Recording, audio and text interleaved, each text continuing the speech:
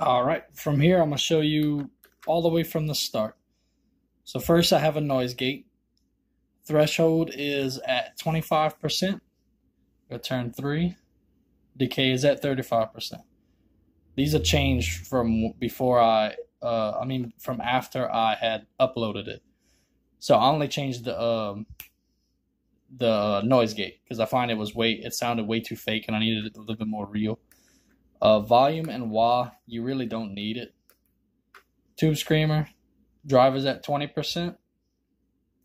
Bass is 100%. Tone is at 66%. Treble is 40%. Output is at 70%. Amp I'm using is just the tread plate, not tread plate preamp. It's just the tread plate with the 412 tread plate V30. 57 off axis. What you're going to do is you're going to hit enter twice. Then it brings you to the amp settings itself. My drive is at 50%. My bass is at 48%. Mid is at 60%. Treble is at 60%. Presence is at 48%. And volume is at 60%. Then you go to click right. Then your master is 50%. Sag is 100. Hum is 100. Bias and bias extrusion is at 100%. That's to give the tubes more of a drive and sound more real and come forward in a mix. The ER, I have it at 0 because I don't want it to sound like it has built-in reverb. I want it to sound like an amp, not like an amp that's mic'd down going through an amp. Low cut is all the way as low as it goes, is 20 hertz. 57 off axis. Resonance level is 100%. Thump is at 70%.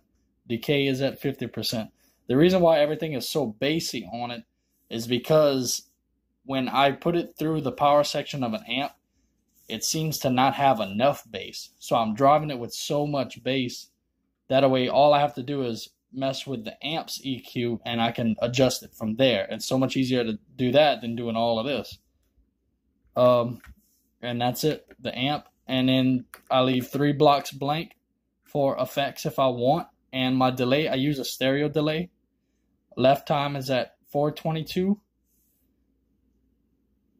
55 on the left feedback. Then my right time is 431. I'd rather it be 422, so it'd be good to match both sides. But it sounds cooler when you have one like a little less, a little more than the other. And my mix, I use it for 30%. And that's it. That's pretty much, that's it. That's just the drive tone. And also, I like to add, depending on your output, I'm using 1/4 inch output, left mono or right mono. I have it set as both sounding the same because I'm only using one amp. If I use both amps, they're both going to sound the same either way, or out of the left or the right. In order to do that, you would hold view. Okay, then it would bring you to the setup menu. Now I have it as foot switch setup mode where I would have 1, 2, 3, 4 presets on one pedal board. But I'm going to go all the way to number 4 where it's going to say outputs. I'm going studio direct. It's going to sound clearer. It's going to sound better. I'm going through a power amp into a speaker cab when I play live, or I'm at practice, or even when I'm here in the studio, I'm plugging straight from the interface, straight into the interface from the left mono 1/4 inch, or you can use the USB and it's going to sound exactly the same. Honestly, in my opinion, the USB is going to sound much more clearer. Then you ain't got to fight with a 60 cycle hum or something like that. It's just going to be way clearer with the USB if you're going through through a computer or any type of recording DAW. But preferably Studio Direct.